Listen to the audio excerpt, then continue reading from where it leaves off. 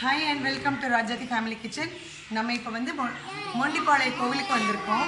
அந்த மொண்டிபாளைய கோவில் எங்க இருக்குன்னா அவினாஷியை தாண்டி அன்னூர் அதையும் தாண்டி அதுக்கு அடுத்தது மொண்டிபாளையம். இந்த பேருக்கு மொண்டிபாளையம் அந்த பெயர் காரணம் எப்படி வந்ததுன்னா ஒருத்தர் வந்து முடவர் நான் கால் நடக்க முடியாத ஒரு பெருமாள் பக்தர் அவர் வந்து நடந்து முடியாமல் வந்துட்டே இருந்தார். அப்போ வந்து ரொம்ப முடியாத சூழ்நிலையில் அவர் அழுது பகவானே உன்னை நான் பார்க்க முடியலையே அப்படிங்கும் பொழுது நீ கவலைப்படாத நான் உனக்கு நீ இருக்கிற இடத்துலையே தரிசனம் தருவேன் அப்படின்னு சொல்லிட்டு பகவான் இந்த இடத்துல வந்து ஒரு கனவுல சொன்னதும் அதே போல் கோவில் குருக்களுக்கு அதே மாதிரி கனவுல சொல்லியிருக்காரு. ஸோ ரெண்டு பேரும் வந்து பார்த்ததுல குழியை தோண்டி எடுத்ததில் பகவானுடைய சிலை இருந்தது. ஸோ அதையை முன்னிட்டு இதை வந்து கோவில் கட்டியிருக்காங்க. ஸோ மொண்டிக்கு அருளிய பகவான் சார் மொண்டிபாளையம்னே பேர் வந்துருச்சு. சூப்பர் கோவில் உள்ளே எப்படி இருக்குங்கிறத பற்றி காமிக்கிறோம். இன்னைக்கு பெருமாளுக்கு வந்து கல்யாணம் உற்சவம் பண்ணுறதுக்கு வந்திருக்கோம்.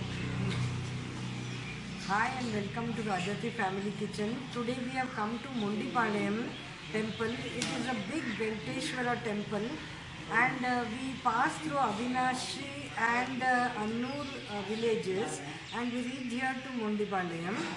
And it has a great story behind it. That is, there was a lame man who could not walk all the way to the temple, and he was praying and praying. He is not able to walk.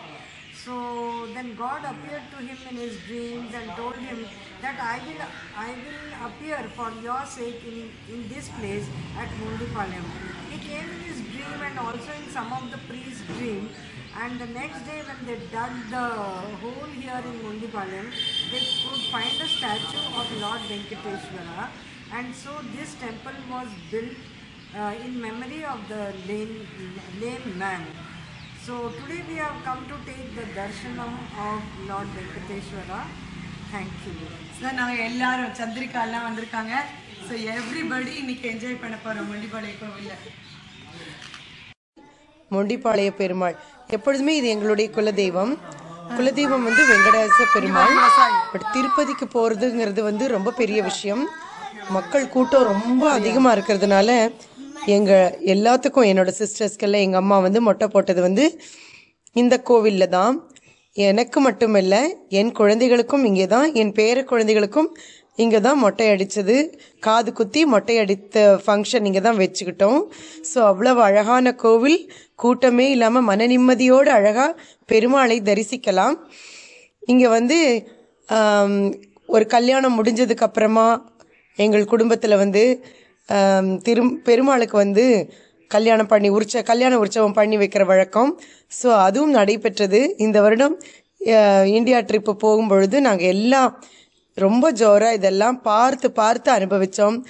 இது முடிஞ்சதுக்கப்புறமா பிரசாதம் ரொம்ப அழகாக அந்த பொங்கல் எல்லாம் arrange பண்ணியிருந்தாங்க. கல்யாண உற்சவம் பிரதரோட wife குடும்பத்தினர் வந்து செய்தாங்க.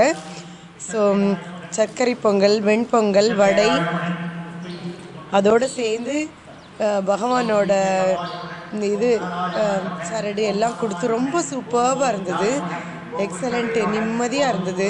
அதனுடைய ஒரு அமைதியான சூழ்நிலையில் கடவுளை தரிசிக்கிறதுங்கிறது சூப்பரான ஒரு எக்ஸ்பீரியன்ஸு. அந்த பக்கம் நீங்கள் போகிறதா இருந்தால் கட்டாயம் மிக பழமையான இந்த கோவிலை வந்து ரொம்ப அற்புதமாக இருக்கிற இந்த கோவிலை நீங்கள் போய் பார்த்துட்டு வாங்க.